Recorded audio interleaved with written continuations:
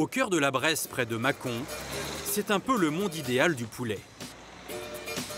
Dans ce restaurant 3 étoiles, en cuisine, c'est le coup de feu. Bon, la volaille, s'il vous plaît, c'est trop long là. Vous êtes prêts? Aux commandes, Georges Blanc. Pour savourer sa cuisine, les clients viennent du monde entier. Tout se passe bien? Nous sommes de Pays-Bas. Suisse. De Suisse? Oui. Le produit qui fait sa renommée, le voici. Ça, c'est le blanc, vous voyez. Le poulet de Bresse. Ça, c'est la cuisse. Pour les connaisseurs, c'est le meilleur poulet au monde. Travaillé avec soin, servi comme un plat d'exception.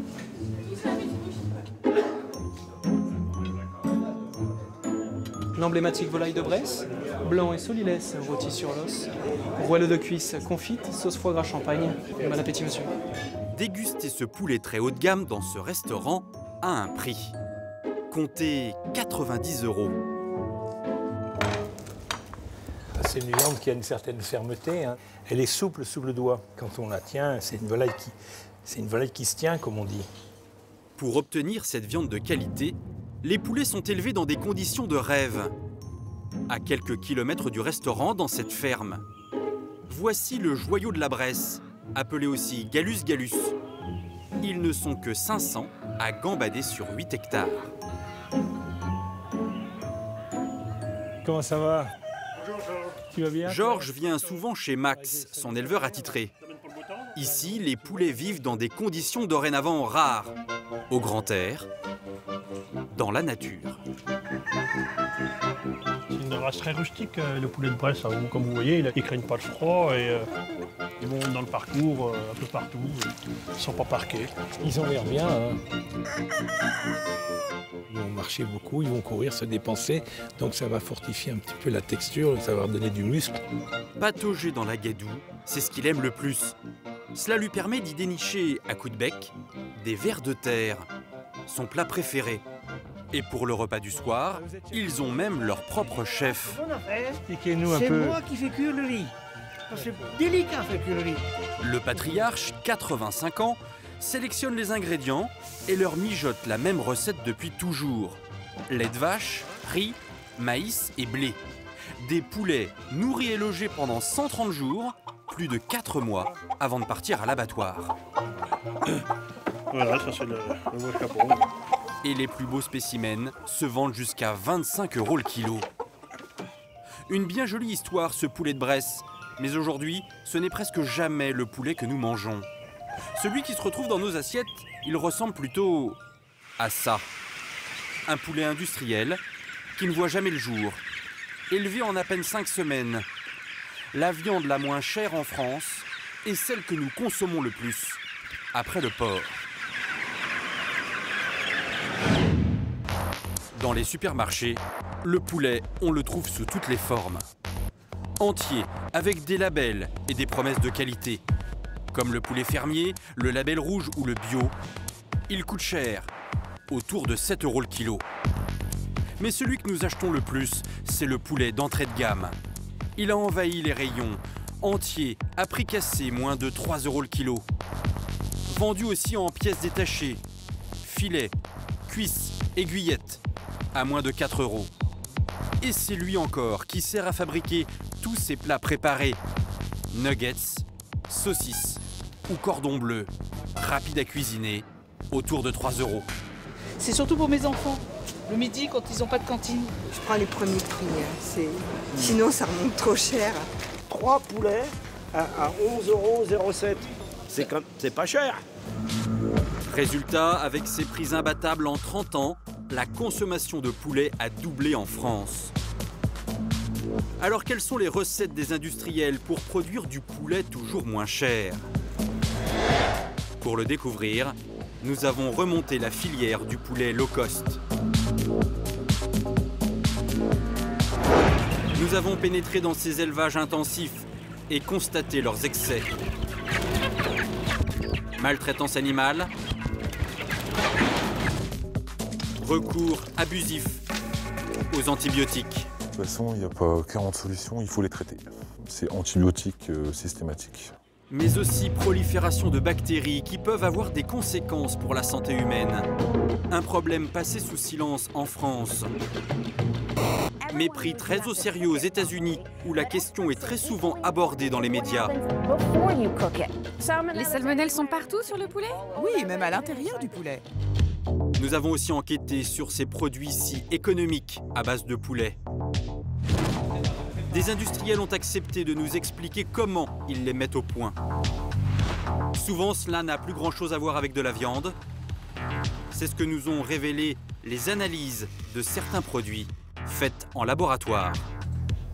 Donc le nombre assez important de fragments d'os et de cartilage dans ce produit montre qu'on est dans le cas d'une viande séparée mécaniquement.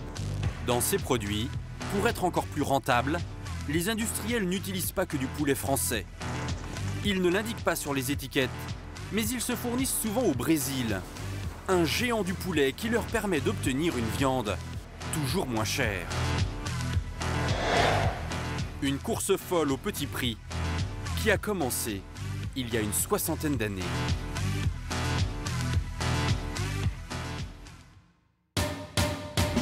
À cette époque, il y a une race différente de poulets dans presque chaque région de France.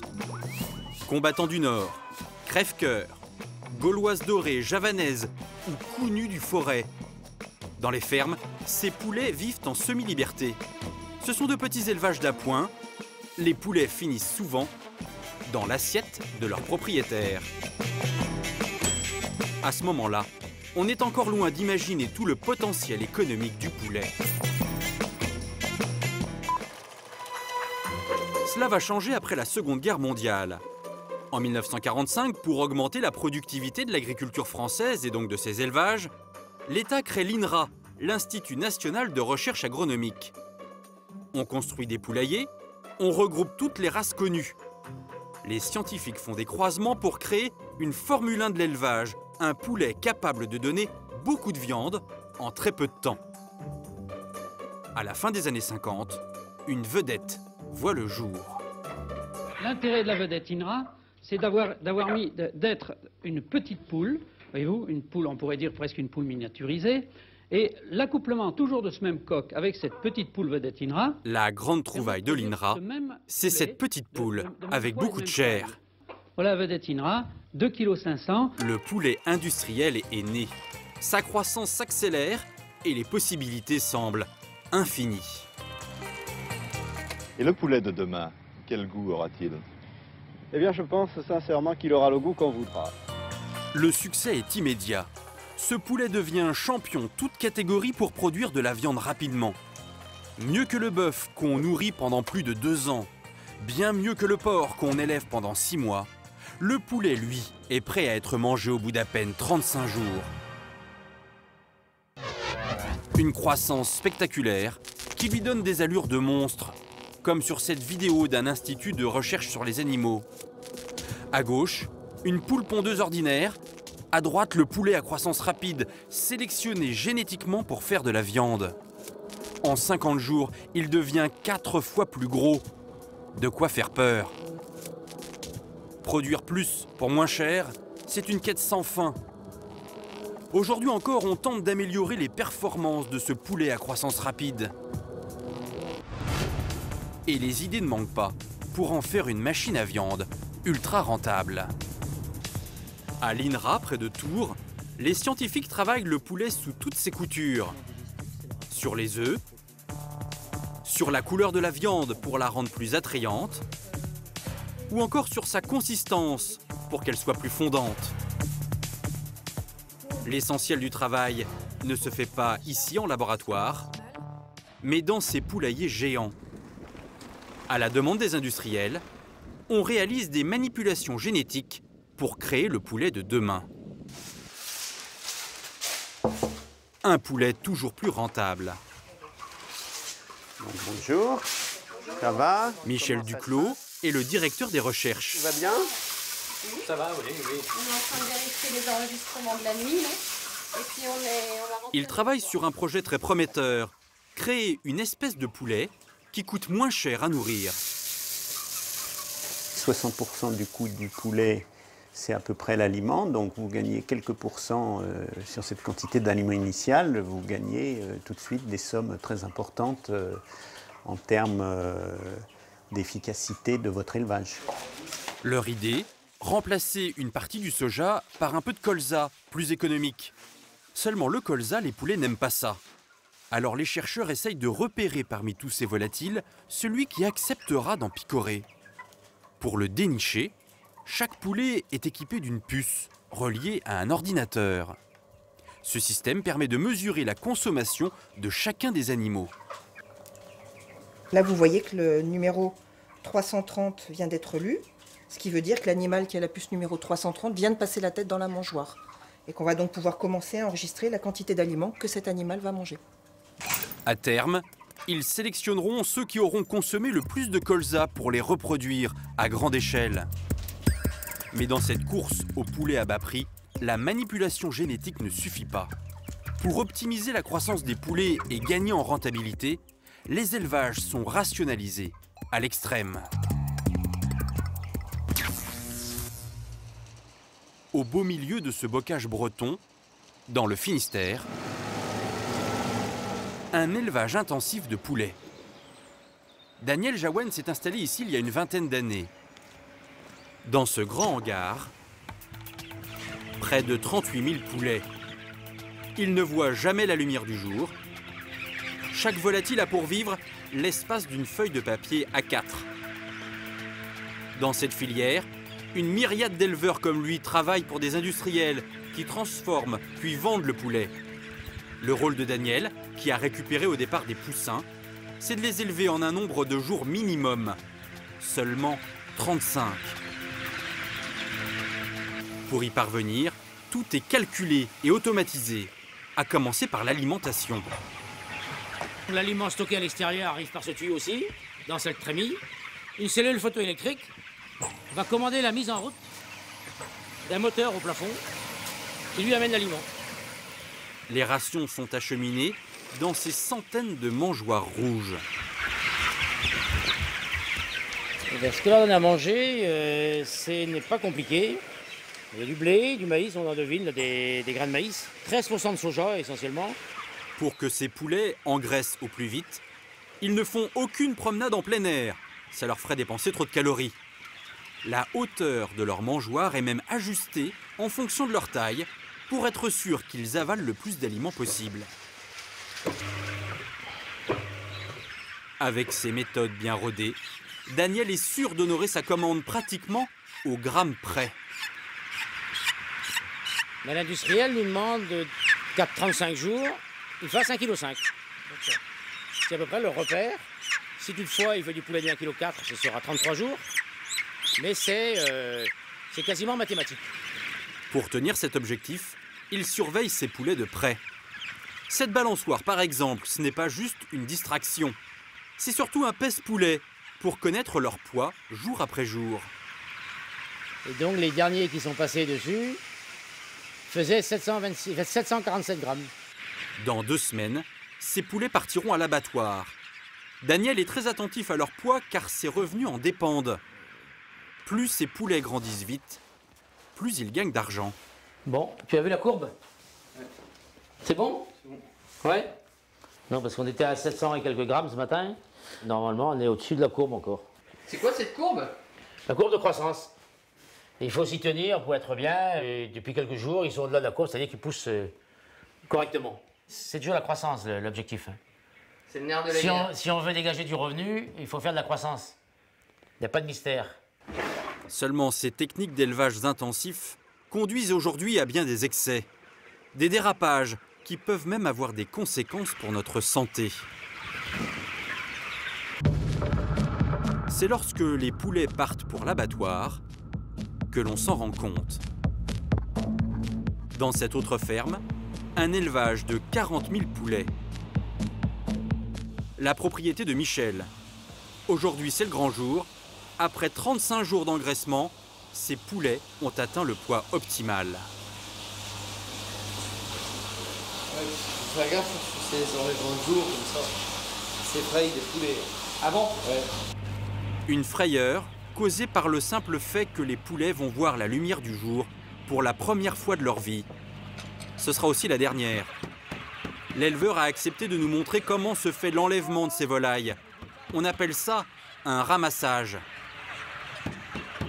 Pour charger 40 000 poulets, il faut de gros moyens. C'est à peine imaginable. Pour augmenter la productivité, les industriels ont mis au point cette imposante machine. Une sorte de moissonneuse-batteuse qui embarque les volatiles vers des caisses dans lesquelles ils sont jetés. Avec une cadence de 10 000 poulets ramassés à l'heure, les volatiles ne sont pas ménagés. Dans l'opération, leurs pattes ou leurs ailes peuvent parfois être cassées. La méthode est expéditive, le spectacle difficilement soutenable.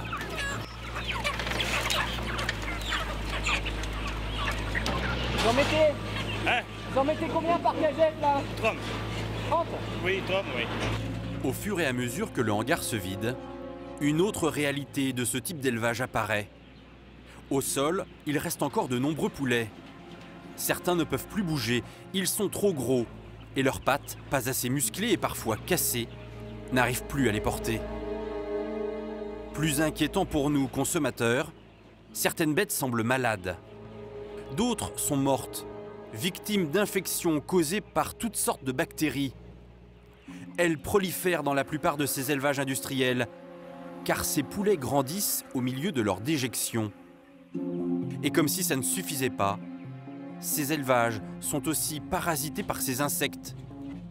Ces milliers de petites bêtes, porteuses de bactéries, sont ensuite picorées par les poulets, qui se retrouvent infectés.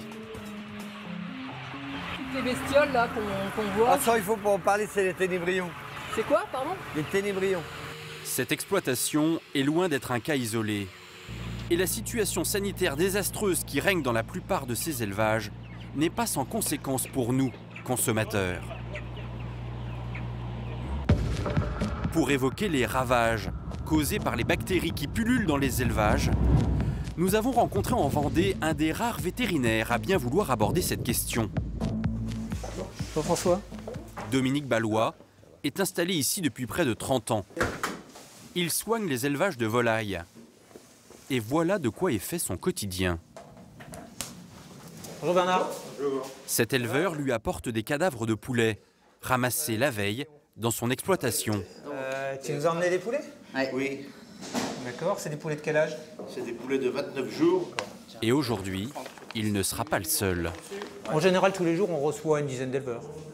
Une dizaine d'éleveurs, de volailles, différents types de volailles. Le vétérinaire doit déterminer la cause de la mort. Il faut faire vite, car une bactérie peut décimer un élevage entier en quelques jours.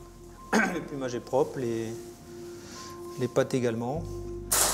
Après autopsie, il peut faire son diagnostic. C'est une infection qui est due à une bactérie qui s'appelle Escherichia coli. C'est fréquent? C'est fréquent. Dans les élevages de poulets de chair aujourd'hui, c'est 70% des bactéries isolées dans les pathologies. La bactérie E. coli, la hantise des éleveurs. Le seul moyen de la traiter, ce sont les antibiotiques. Comme tous les vétérinaires, il a le droit d'en vendre et son stock est impressionnant. Ça, c'est un liquide buvable qui se met dans l'eau de boisson. Tout un arsenal de médicaments. Donc voilà une spécialité antibiotique en poudre. Même si Dominique Ballois nous assure que leur administration est maîtrisée, sur le terrain, c'est une toute autre réalité.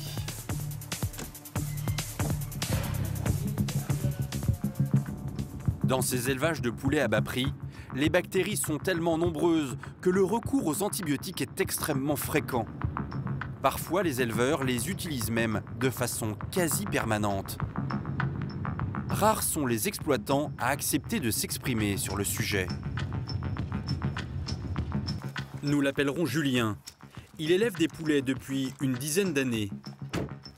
Il a accepté de témoigner de façon anonyme. Son dernier lot de 30 000 poulets vient de partir à l'abattoir. Il utilise beaucoup d'antibiotiques. S'il ne le faisait pas, il risquerait de perdre de très nombreux poulets. peut avoir de la mortalité jusqu'à 100, 150 par jour. Moi j'ai déjà eu 250, mais il y en a c'est 100, d'autres c'est 150, c'est à peu près la moyenne, quoi. C'est le bénéfice qui part. Alors pour éviter les pertes, il va nous montrer qu'avec les antibiotiques, il n'y va pas avec le dos de la cuillère. Dans cette pochette, un document que peu d'éleveurs veulent bien montrer. Le registre sur lequel ils notent méticuleusement chaque traitement administré. La quantité d'antibiotiques que reçoivent ces poulets au cours de leur courte existence est impressionnante. Ça commence dès les premiers jours de vie du poussin. Alors là, nous trouvons du flumisol et de la cholestine. Ce sont 2 antibiotiques. J'ai commencé à les mettre à J4, et cela pendant 3 jours. Vous l'avez utilisé pourquoi, celui-là? J'avais de la mortalité en début de l'eau. Ensuite, nous avons un autre antibiotique qu'on appelle de l'ampicilline, J15, J16, J17, J18, J19. Et pourquoi celui-là? Alors celui-là, il y avait beaucoup de diarrhée, tout simplement, et j'avais la litière qui se dégradait aussi. Puis encore 2 nouveaux traitements. Au total, 4 sortes d'antibiotiques différents. On appelle le Tylan. Ils ont 17 jours d'antibiotiques sur 41 jours d'élevage. Quasiment la moitié de leur vie. Et ça, c'est courant. Et c'est courant. On a même vu des lots pires que ça. Ah bon? Pire que ça. C'est-à-dire? Où ils étaient quasiment tous les jours aux antibiotiques. Même sous le contrôle d'un vétérinaire, les éleveurs peuvent avoir un recours massif aux antibiotiques. Et pourtant, certains vont encore plus loin. Car il existe une autre filière pour trouver ces médicaments. Meilleur marché, et cette fois-ci, hors de tout contrôle sanitaire. Certains confrères s'approvisionnent en Espagne pour un coût largement moins cher qu'en France. Moins cher, mais illégal. Selon Julien, il serait des milliers d'éleveurs à s'approvisionner là-bas en antibiotiques bon marché. Au Pays basque espagnol, nous nous sommes rendus dans une coopérative agricole qui, selon nos informations, serait très prisée. Nous sommes à 10 minutes de la frontière française. Nous nous faisons passer pour des éleveurs en quête d'antibiotiques. Nous filmons en caméra cachée. Vous parlez français? Non. Non. ¿Dónde es posible comprar médicos? Medicamentos. Sí. Ahí, en esa portada. Ah, ok. Ahí. Ok. On nous indique ce magasin. À l'intérieur, on se croirait dans une quincaillerie. Au fond, une pièce est dédiée aux médicaments vétérinaires. Car en Espagne, la réglementation dans ce domaine est moins stricte que chez nous. Sur ces étagères, en libre service, des antibiotiques comme celui-ci, le Bétril, couramment utilisé dans les élevages de poulets. Ou encore celui-là, très puissant, le Tylan. La vendeuse semble habituée à servir des clients comme nous. Vous parlez français? Et elle sait que nous sommes dans l'illégalité. Je cherche du Bétril et de l'Exenel. Comment est-ce qu'on peut... Oui, c'est bon. On peut vous vendre, c'est pas grave. D'accord. Après, bon, c'est à vous de voir. Hein. Bon, chez vous, c'est un peu délicat. Chez nous, c'est pas grave. Nous, on peut vendre et après, c'est votre responsabilité. Responsabilité, c'est si on se fait arrêter. Oui, voilà. On ne se fait pas responsable. La vendeuse ne nous demande ni ordonnance, ni papier d'identité. Elle nous apprend même que son entreprise livre directement en France. On peut se faire livrer par la poste? Oui, si vous payez en avance, oui. C'est-à-dire, ça se passe comment en fait?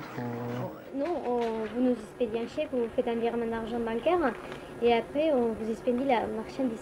Vous avez beaucoup de Français qui viennent? Oui, il y en a de Français qui viennent et qu'on livre aussi. Oui. Nous payons en liquide. Il n'y aura aucune trace de cet achat. En quelques minutes, nous récupérons 2 des plus puissants antibiotiques disponibles sur le marché. De l'Efficure, utilisé pour tout type d'animaux, et un bidon de Bétril, très répandu dans les élevages de volailles. Combien d'antibiotiques sont ainsi distribués dans les élevages français sans aucun contrôle? Impossible à dire. Mais ce qui est sûr, c'est que cette consommation démesurée pose un problème de taille. Car à force d'administrer à ces poulets des antibiotiques à dose massive, peu à peu, les bactéries qu'ils sont censés soigner sont devenues résistantes à ces traitements. Des bactéries qui peuvent nous contaminer à notre tour. Et contrairement à ce qu'on pourrait croire, ce n'est pas en mangeant la chair cuite de ces poulets qu'il y a un risque, mais lorsqu'on les manipule crus. Vous allez comprendre pourquoi. À Lyon, les bureaux de L214, une association de défense de la cause animale. Depuis près de 10 ans, Sébastien Arsac infiltre les élevages pour dénoncer les pratiques des industriels. Pour lui, la prolifération des bactéries n'a pas lieu que pendant l'élevage. Bien au contraire. Par exemple, lors du ramassage des volailles. À ce moment-là, le stress est maximum. Sur 10 étages, les poulets sont paniqués. La peur et l'anxiété provoquent des diarrhées.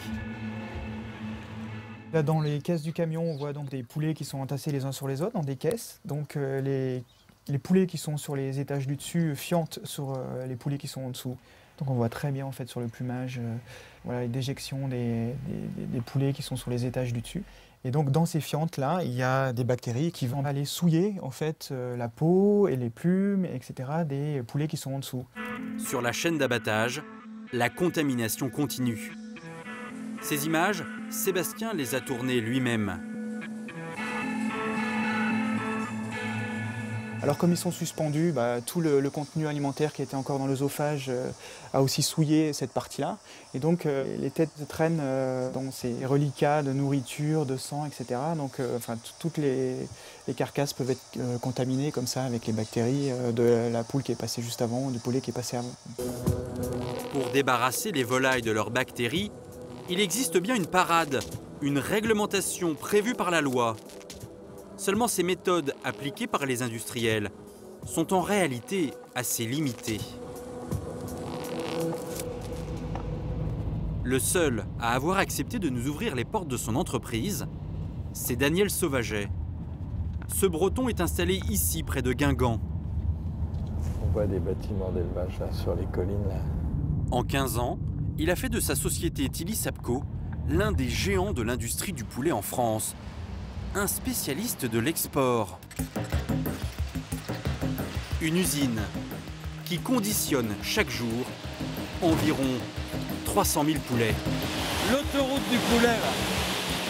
Sur ces tapis roulants interminables, ils sont triés en fonction de leur poids. Chaque année, ce sont près de 64 000 tonnes de poulets prêts à être consommés qui sortent d'ici. Daniel Sauvaget, un peu réticent, c'est pas très valorisant. A tout de même bien voulu nous montrer comment il traite les bactéries présentes sur le poulet. Pour combattre leur prolifération, les volailles à peine plumées sont aspergées d'eau glacée. Elles sont refroidies à 4 degrés. Alors on ne tue pas les bactéries, on met la température de la carcasse pour qu'il n'y ait pas de développement de bactéries. En clair, le procédé a ses limites. L'eau froide n'élimine pas les bactéries, elle empêche juste leur développement, et c'est bien ça qui est préoccupant. Il y a quelques semaines, le magazine UFC Que Choisir a publié une enquête édifiante sur la question. Même si c'est en faible quantité, 26% des poulets prélevés dans le commerce contiennent la bactérie E. coli. Plus inquiétant encore, ces bactéries se sont révélées résistantes à plusieurs types d'antibiotiques, dont certains très puissants. Et ces bactéries peuvent nous contaminer très facilement. En cuisine, lorsque nous prenons la volaille à pleine main, elles se transmettent aussi par le plan de travail ou par contact avec les légumes. Et ces bactéries, devenues résistantes à cause de l'usage massif d'antibiotiques dans les élevages de poulets, ne sont pas sans conséquences sur notre santé.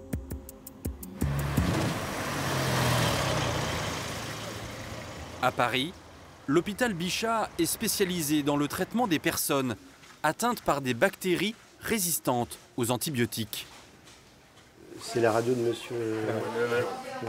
Il a une infection pulmonaire. Le docteur Michel Wolf est chef du service réanimation. Certains de ces patients, dans un état critique, sont victimes de ces bactéries résistantes qui se propagent depuis la multiplication des traitements antibiotiques dans les élevages français. Nous avons en permanence sur un service de 20 lits, 1 ou 2 ou 3 patients qui sont infectés par ces bactéries résistantes, chose que nous ne voyions pas avant il y a un certain nombre d'années. Pour tenter de sauver ces patients, pas d'autre solution que de recourir aux antibiotiques. Mais beaucoup sont en train de devenir inefficaces. Et pour cause, ces traitements utilisés pour soigner les malades sont parfois identiques à ceux distribués dans les élevages de poulets.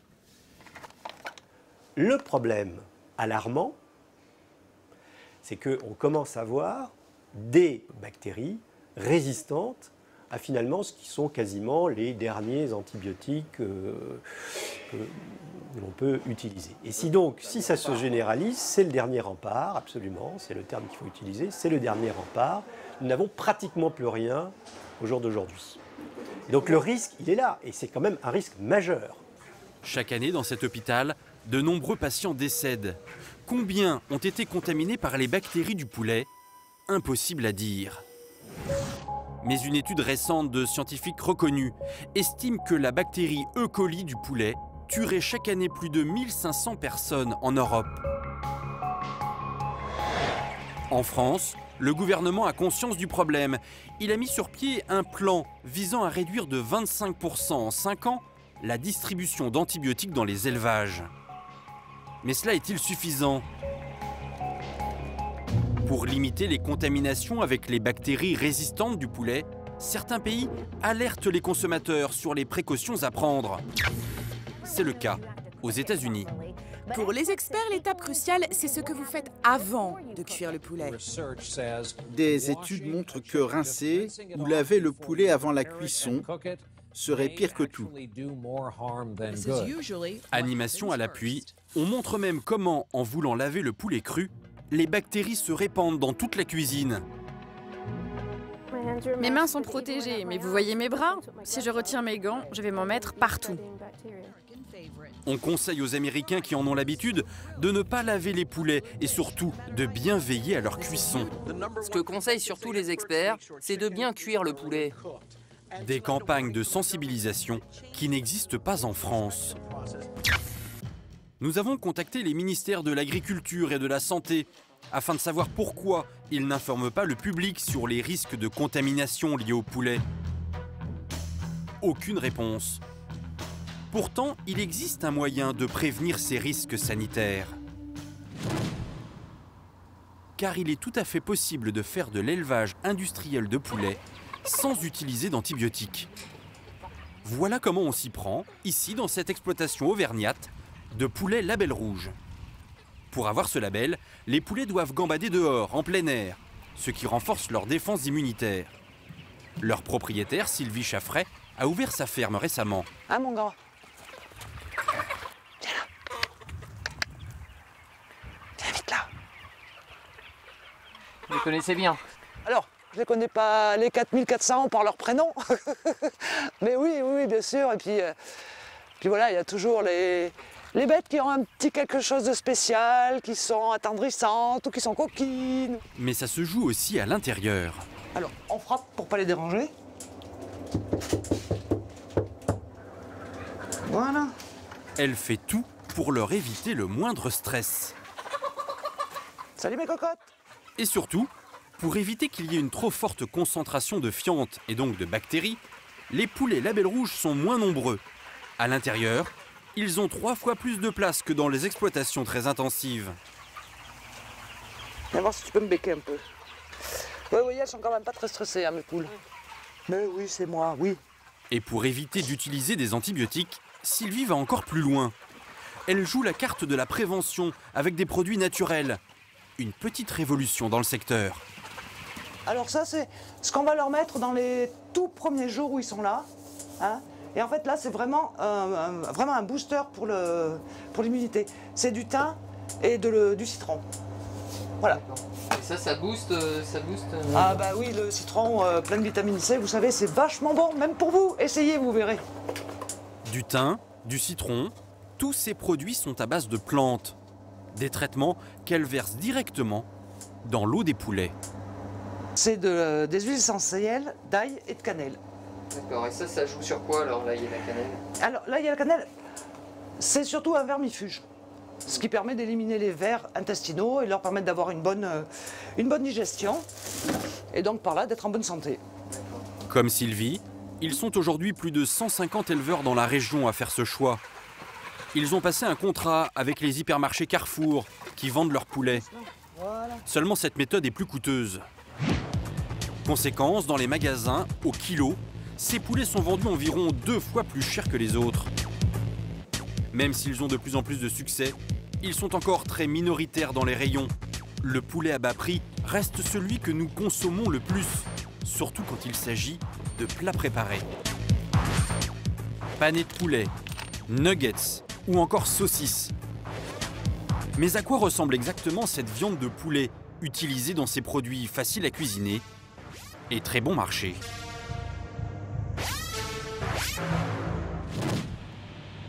Difficile de trouver des industriels qui acceptent de dévoiler leurs secrets de fabrication. C'est ce que va pourtant faire Daniel Sauvager, le patron de Tilly Sapco, notre géant breton du poulet. Ces derniers mois, ses commandes de poulets entiers sont en baisse. Heureusement, il fabrique aussi un autre produit, la saucisse de poulet. Un secteur qui, lui, ne connaît pas la crise. Il y a combien de saucisses de poulet qui sortent par jour ici? 40 tonnes par jour. La saucisse faisant 30 grammes, je n'ai pas fait le compte, mais ça en fait beaucoup. Plus d'1 million de saucisses par jour, commercialisées en France, mais aussi vendues à l'étranger. L'avantage de ce produit, c'est qu'il est très rentable, car il ne coûte pas grand-chose à fabriquer. Allez, on va rentrer dans la préparation. C'est la première fois qu'une caméra pénètre ici. Là, je ne sais pas s'il faut tout filmer, parce que ce n'est pas le côté le plus avantageux. Finalement, Daniel accepte de nous montrer la recette de ses saucisses. Ça commence par l'arrivée de chariots remplis de centaines de carcasses de poulet. Tous les morceaux nobles, comme les blancs, ont été retirés. Ces carcasses, Daniel les achète par camions entiers auprès d'autres abattoirs bretons, environ 30 centimes d'euros le kilo. A priori, elles seraient bonnes à acheter, mais pas pour Daniel. Sur chacune d'elles, il va récupérer des lambeaux de viande encore accrochés aux os et au cartilage. Dans le poulet, rien ne se perd. Nous, on prend ces carcasses, on les presse pour extraire les viandes qui restent. Ces carcasses sont acheminées dans cette grosse machine, une sorte de broyeur. À l'intérieur, un système à haute pression sépare la viande des os. D'un côté, ressortent les déchets, les restes des carcasses destinées à fabriquer de la nourriture pour animaux.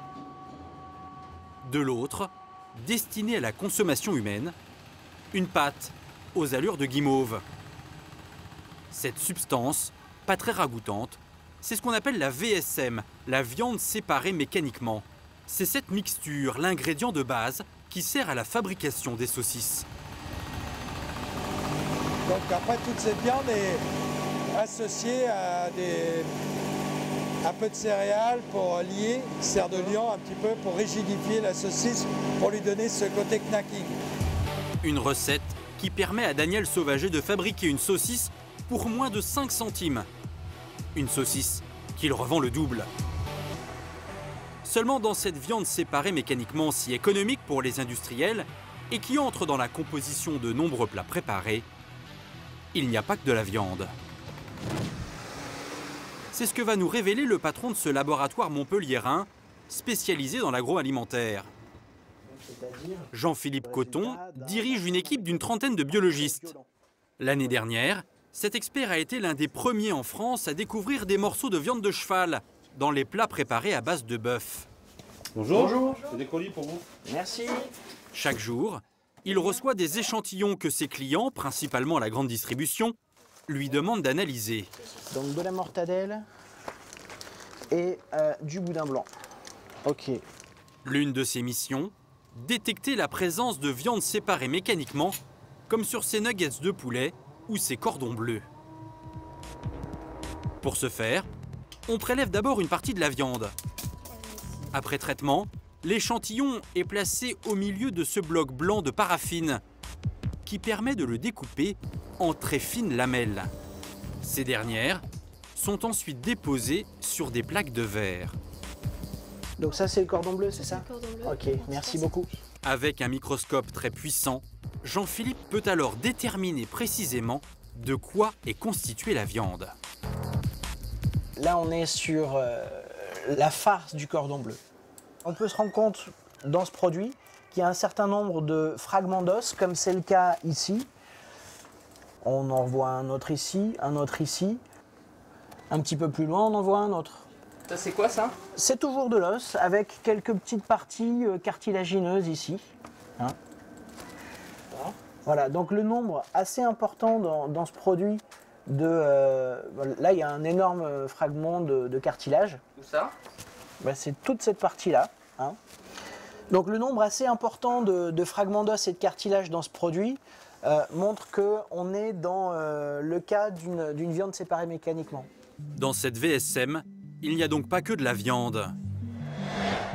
Car en pressant les carcasses de poulet, les machines des industriels arrachent aussi des petits bouts d'os et de cartilage. Manger ce mélange de chair et d'os de poulet, ce n'est pas dangereux pour la santé, mais la réglementation est claire. Les fabricants ne peuvent plus appeler ça de la viande. Lorsqu'ils en utilisent, ils ont l'obligation de le mentionner en toutes lettres sur les étiquettes de leurs produits, comme sur ces saucisses de poulet. On a de la viande de poulet séparée mécaniquement. Il n'y a aucun problème, c'est légal, l'information y est vis-à-vis du consommateur. Mais certains industriels ne respectent pas ces règles.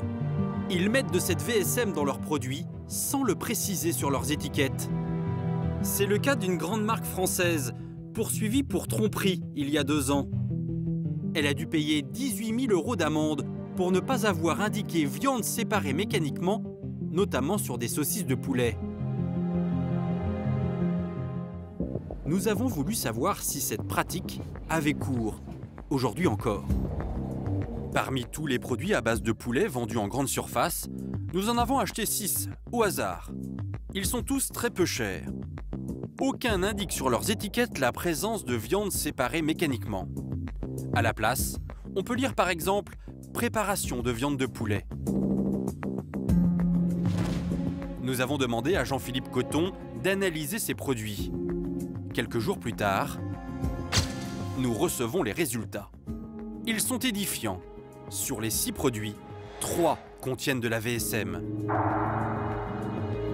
Dans ces saucisses de volaille cuites, dans cet autre paquet de saucisses et dans ces cordons bleus, à chaque fois, les conclusions du laboratoire sont les mêmes. Les fragments d'os et les fragments de tissus cartilagineux sont les indicateurs de viande séparée mécaniquement. L'échantillon est non conforme à la liste des ingrédients annoncés sur l'étiquetage en raison de la présence de VSM. Sur 2 autres produits, ces nuggets et ces cordons bleus de poulet, le laboratoire suspecte fortement l'utilisation de VSM. Des analyses plus poussées seraient nécessaires pour trancher la question.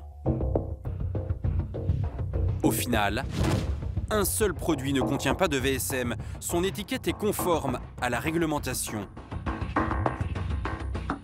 Nous avons contacté ces marques sur ce sujet. À ce jour, seule une nous a répondu. Elle reconnaît la présence de petits fragments osseux dans son produit, mais conteste l'utilisation de VSM. Seulement dans ces plats préparés si économiques, il y a autre chose qui n'est pas très transparent. L'origine du poulet, presque jamais indiquée. Et sans que vous le sachiez, un pays devenu le géant du poulet s'est imposé dans votre assiette. Le Brésil. Vous en connaissez la carte postale.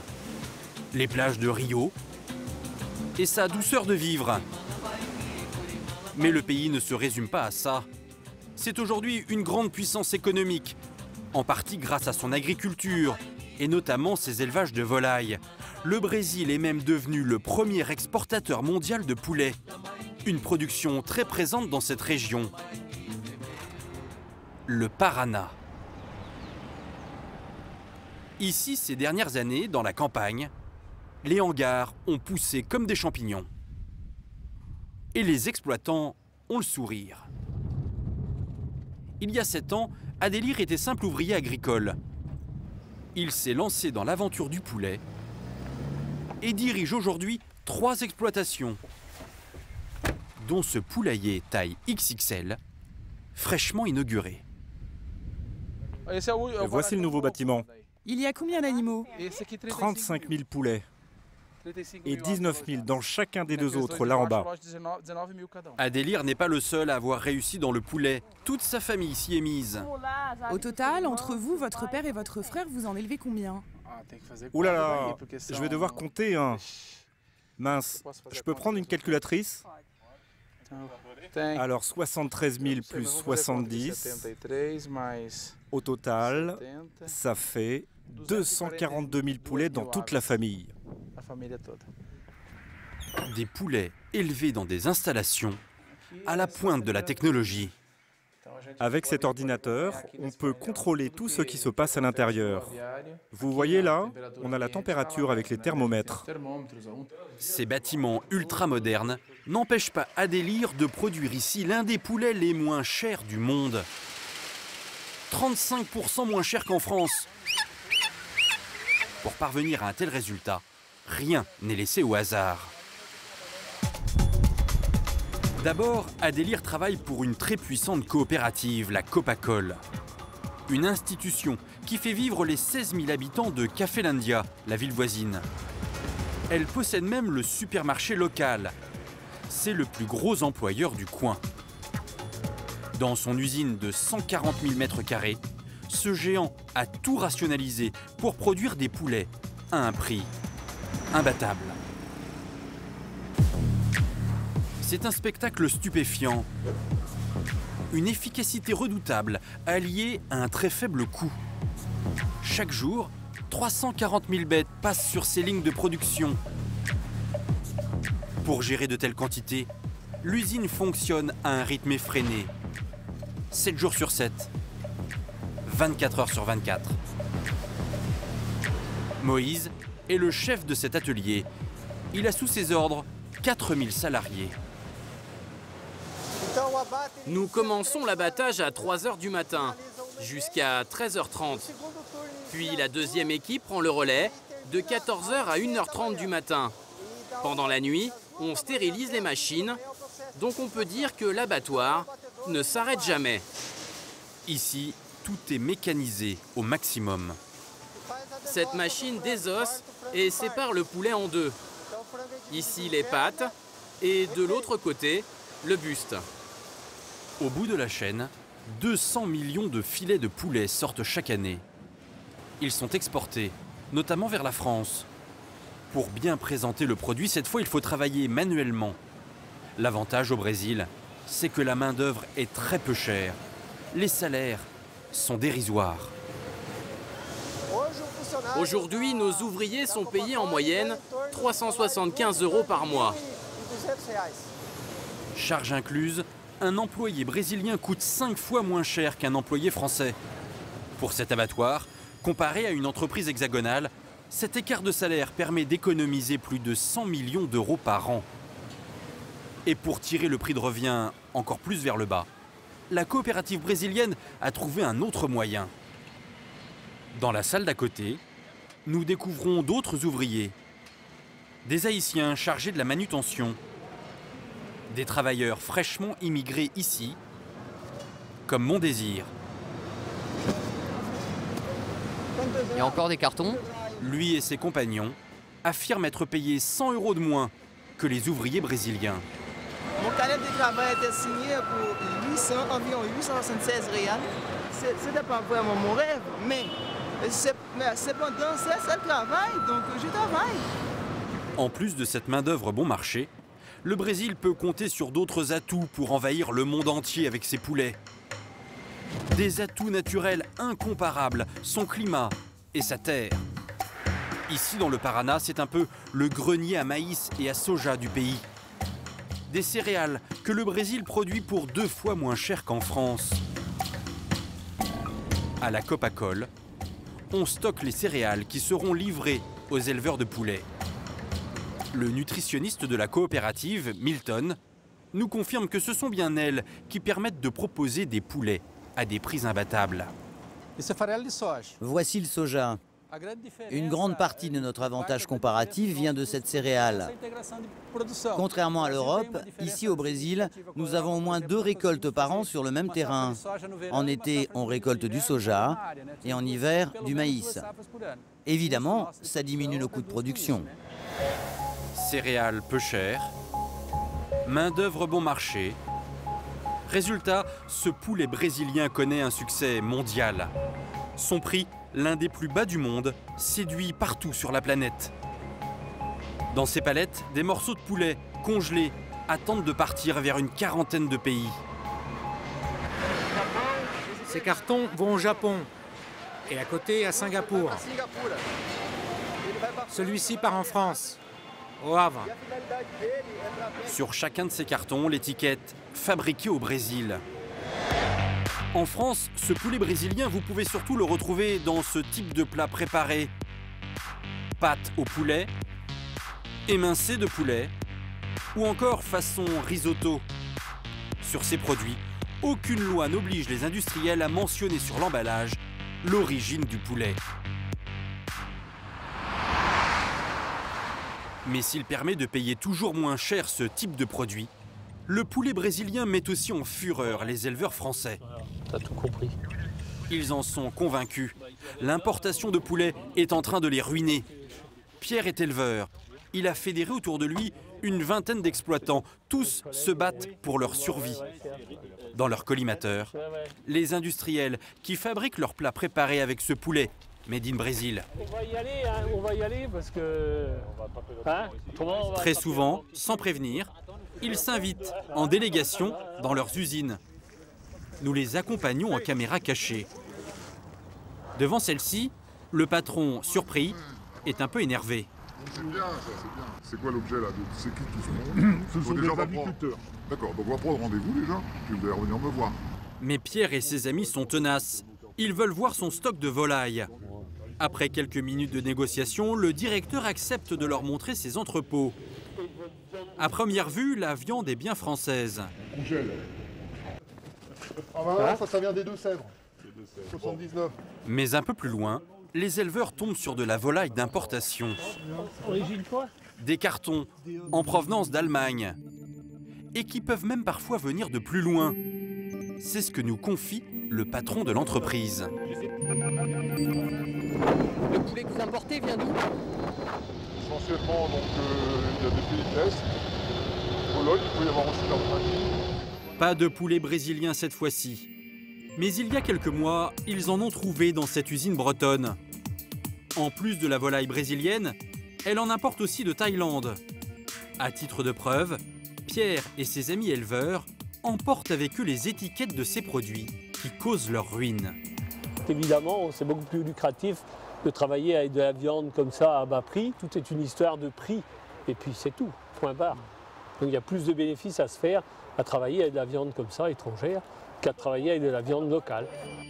Ce qui met d'autant plus en colère les agriculteurs, c'est que l'actionnaire de cette usine qui importe des poulets du Brésil est un groupe présidé par une figure qu'ils connaissent bien. C'est même leur premier défenseur. C'est lors du Salon de l'Agriculture à Paris que nous le retrouvons. Il s'agit de Xavier Belin, bien, mesdames, messieurs, chers amis, le président de la FNSEA, la Fédération des exploitants agricoles. Il y a une demande au fond des consommateurs de réidentifier dans son alimentation de l'origine, du patrimoine, de l'identité, de la culture. Ce jour-là, il se fait l'apôtre du terroir français. Je le répète, très ouvert. Je défends d'abord une agriculture française, des produits français et des filières agroalimentaires françaises. Lorsque nous lui présentons les étiquettes recueillies dans l'usine Farmor, Xavier Belin admet que pour être rentable, l'entreprise est obligée de se fournir aussi à l'étranger. Vous reconnaissez qu'il y a de l'entrée de poulet brésilien massif dans cette usine? Si ça vous voulez me faire dire, la réponse est oui. Aujourd'hui, on n'est pas dans l'illégalité quand on fait venir des viandes du Brésil ou d'ailleurs. Des importations légales, bien sûr, mais qui illustre les tiraillements de toute une filière, toujours tirée vers des prix plus bas. Des prix qui font aussi le succès du poulet d'entrée de gamme auprès des clients. En moins de 10 ans, la consommation a augmenté de près de 15%.